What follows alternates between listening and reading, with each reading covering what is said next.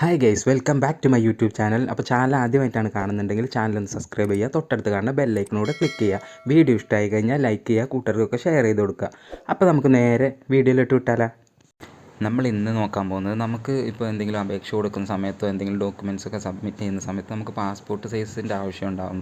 അപ്പോൾ ആ സമയത്ത് നമ്മൾ കയ്യിൽ പാസ്പോർട്ട് സൈസ് ഫോട്ടോ ഒന്നുമില്ലെങ്കിൽ നമ്മൾ പുതുതായിട്ട് പോയിട്ട് എടുക്കേണ്ടി വരുമല്ലോ. അപ്പോൾ നമുക്ക് നമ്മുടെ ഗാലറിയിലുള്ള നമ്മുടെ ഇഷ്ടമുള്ള ഫോട്ടോസൊക്കെ അങ്ങനെ മാറ്റിയെടുക്കുന്ന അതാകുമ്പോൾ നമുക്ക് ഇഷ്ടമുള്ള ഡ്രസ്സിലും കാര്യങ്ങളൊക്കെ നല്ല രസമുള്ള ഫോട്ടോസൊക്കെ നമുക്ക് ആഡ് ചെയ്യാമല്ലോ. അപ്പോൾ അത് നമ്മളെങ്ങനെയാണ് പാസ്പോർട്ട് സൈസ് ആക്കിയിട്ട് സെറ്റ് ചെയ്യുന്നതെന്നൊന്ന് നോക്കാം. ഡിസ്ക്രിപ്ഷൻ ബോക്സിൽ ഞാൻ അതിൻ്റെ ലിങ്ക് കൊടുത്തിട്ടുണ്ട്. അപ്പോൾ ആ വെബ്സൈറ്റ് നിങ്ങളൊന്ന് ഓപ്പൺ ചെയ്ത് നോക്കാം.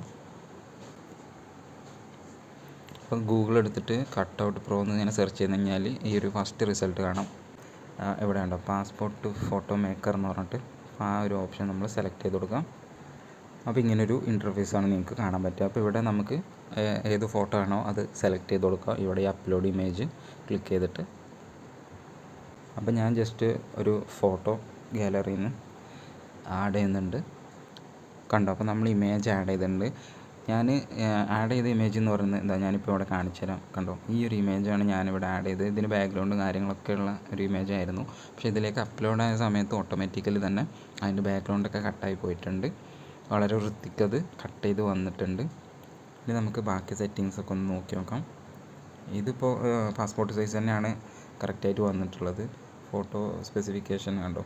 അപ്പോൾ അതിൽ നമുക്ക് അതിൻ്റെ ഹൈറ്റും വിഡ്ത്തും കാര്യങ്ങളൊക്കെ നമുക്ക് സെലക്ട് ചെയ്ത് കൊടുക്കാം. ഞാനിപ്പോൾ ഈ ഡിഫോൾട്ടായിട്ടുള്ള ഇതന്നെ സെലക്ട് ചെയ്തിട്ടുണ്ട്. പിന്നെ പേപ്പർ സൈസ് നമുക്കിങ്ങനെ സെലക്ട് ചെയ്യാം. പിന്നെ ഇവിടെ ബാക്ക്ഗ്രൗണ്ട് ഇപ്പോൾ വൈറ്റ് കളറല്ലേ നിൽക്കണം. അപ്പോൾ നമ്മൾ സാധാരണ ഫോട്ടോ എടുക്കുന്ന സമയത്തൊക്കെ ഈ ഒരു ബാക്ക്ഗ്രൗണ്ടിലായിരിക്കുമല്ലോ, അല്ലെങ്കിൽ ഈ ഒരു ബാക്ക്ഗ്രൗണ്ട്. അപ്പോൾ ഇങ്ങനൊരു ബ്ലൂ ബാക്ക്ഗ്രൗണ്ട് കൊടുത്തു. പിന്നെ ഈ ഡ്രസ്സിൻ്റെ ഇത് ക്ലിക്ക് ചെയ്ത് കഴിഞ്ഞാൽ നമുക്ക് ഇഷ്ടമുള്ള ഡ്രസ്സ് കാര്യങ്ങളൊക്കെ മാറ്റാൻ പറ്റുന്നതാണ്. ഇപ്പോൾ സ്റ്റുഡിയോയിലൊക്കെ പോകുമ്പോൾ അങ്ങനെ ഉണ്ടല്ലോ പല ഡ്രസ്സിലും കാര്യങ്ങളും. ഇപ്പോൾ ഒരു ഇൻ്റർവ്യൂവിനൊക്കെ കൊടുക്കുന്ന സമയത്ത് നമ്മളിങ്ങനെ കോട്ടും സൂട്ടൊക്കെ ഇട്ടിട്ട് അങ്ങനെയുള്ള ഇതൊക്കെ നമുക്ക് സെലക്ട് ചെയ്ത് കൊടുക്കാം. അപ്പോൾ നമുക്ക് ഇഷ്ടമുള്ള ഡ്രസ്സ് സെലക്ട് ചെയ്യാം. അതല്ല നമുക്ക് നമ്മുടെ കോസ്റ്റ്യൂം തന്നെയാണ് കംഫർട്ട് എന്നുണ്ടെങ്കിൽ അതും സെറ്റാക്കാം. ഞാനിപ്പോൾ എൻ്റെ ഒറിജിനൽ ഇതന്നെയാണ്, ഞാൻ നിങ്ങൾക്ക് ഓപ്ഷൻസ് കാണിച്ചു തന്നതാണ്. പിന്നെ ഇവിടെ മെൻസിൻ്റെ ഇപ്പോൾ ഓപ്ഷൻ ഉണ്ട്, ഡ്രസ്സ്, അതുപോലെ വുമൻസ് ഉണ്ട്, ചിൽഡ്രൻസ് എന്ന് പറഞ്ഞിട്ടൊക്കെ ഓപ്ഷൻസ് ഉണ്ട്. അങ്ങനെ അത് സെലക്ട് ചെയ്യാം. പിന്നെ നമ്മളിവിടെ പേപ്പർ സൈസ് ഇപ്പോൾ ഞാൻ ഈ വേറെ ഒരു സൈസ് കൊടുത്തു കഴിഞ്ഞാൽ ഉണ്ടോ, ഇങ്ങനെ സൈസ് നമുക്ക് അനുസരിച്ചിട്ട് പ്രിൻ്റ് ചെയ്തെടുക്കാൻ പറ്റുന്നതാണ്. അതുപോലെ ഉണ്ടോ, എത്ര ഫോട്ടോ വേണമെങ്കിലും നമുക്കിങ്ങനെ സെലക്ട് ചെയ്ത് കൊടുക്കാൻ പറ്റുന്നതാണ്.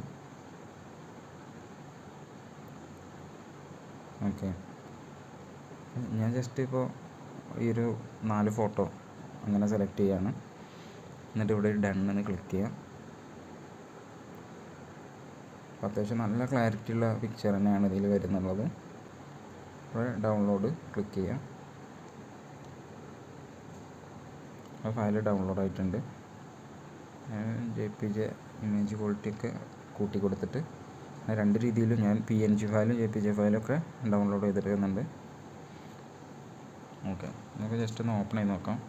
കണ്ടോ, വളരെ നല്ല ക്ലാരിറ്റിയോട് കൂടി തന്നെ പാസ്പോർട്ട് സൈസ് വന്നിട്ടുണ്ട്.